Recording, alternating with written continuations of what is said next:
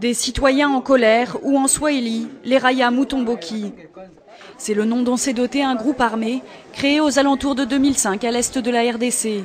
Dans cette région en proie à de violents troubles, la milice mène des assauts répétés, notamment autour du district de Shabunda, dans le sud Kivu.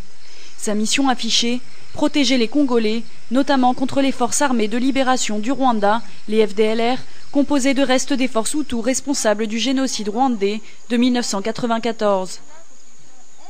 Ce sont des criminels, vraiment. Ils font des choses atroces. Donc, leur objectif, c'est d'abord manifester une colère.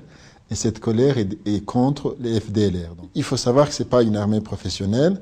Et ce n'est pas non plus un groupe qui a vocation à prendre le pouvoir quelque part. Mais c'est un groupe d'autodéfense. À l'est de la RDC, les groupes d'autodéfense prolifèrent depuis la fin des années 1990. Regroupés sous le nom générique de Mai Mai, les bandes opèrent aux alentours de leur territoire et ne répondent pas à une hiérarchie linéaire nationale ou régionale. Impossible donc de quantifier le nombre de membres des Raia Mutomboki. Dans le petit village de Ndouma, dans le sud Kivu, pendant des années, la population a été prise dans des combats entre les FDLR et les forces armées nationales, les FARDC. L'an dernier, des rebelles rwandais ont attaqué le village. Les habitants ont donc décidé de se défendre eux-mêmes. Le gouvernement nous abandonne. La communauté internationale nous abandonne. Alors, qu'est-ce qu'il faut? Nous allons nous organiser nous-mêmes. Dans les faits, le rôle des Raia Mutomboki semble plus trouble.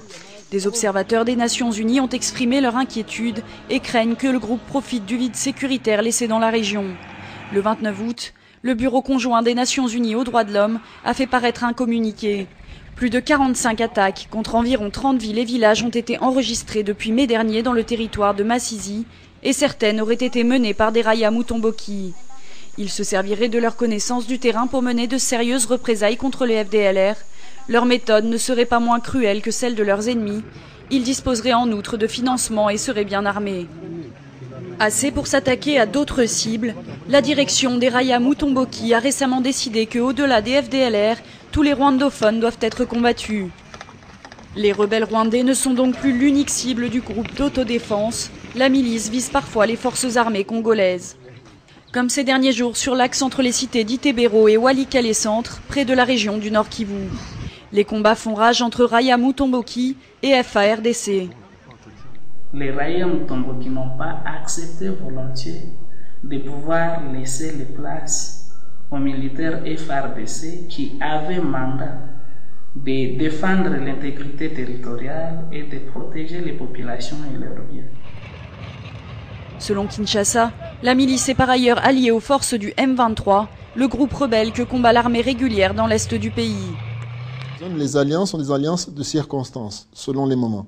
Mais la logique voudrait que, comme le M23 considère les FDLR comme ennemis numéro 1, en ce sens, ça voudrait dire qu'ils peuvent être amis. Mais en même temps, comme ils sont patriotes, résistants, ils ne devraient pas s'allier avec l'ennemi de la nation. Mais on ne peut pas dire qu'il y a une alliance construite, établie, avec des relations. Non, c'est plutôt de façon opportuniste. La haine à l'encontre des FDLR a permis aux Raia Mutomboki de fédérer un grand nombre de combattants au-delà des considérations ethniques. Mais la diversité des alliances, l'absence de hiérarchie linéaire font de cette milice un groupe pluriel dont les buts restent difficiles à saisir. S'ils affichent des revendications patriotiques, les Raia Mutomboki poursuivent aussi des intérêts économiques.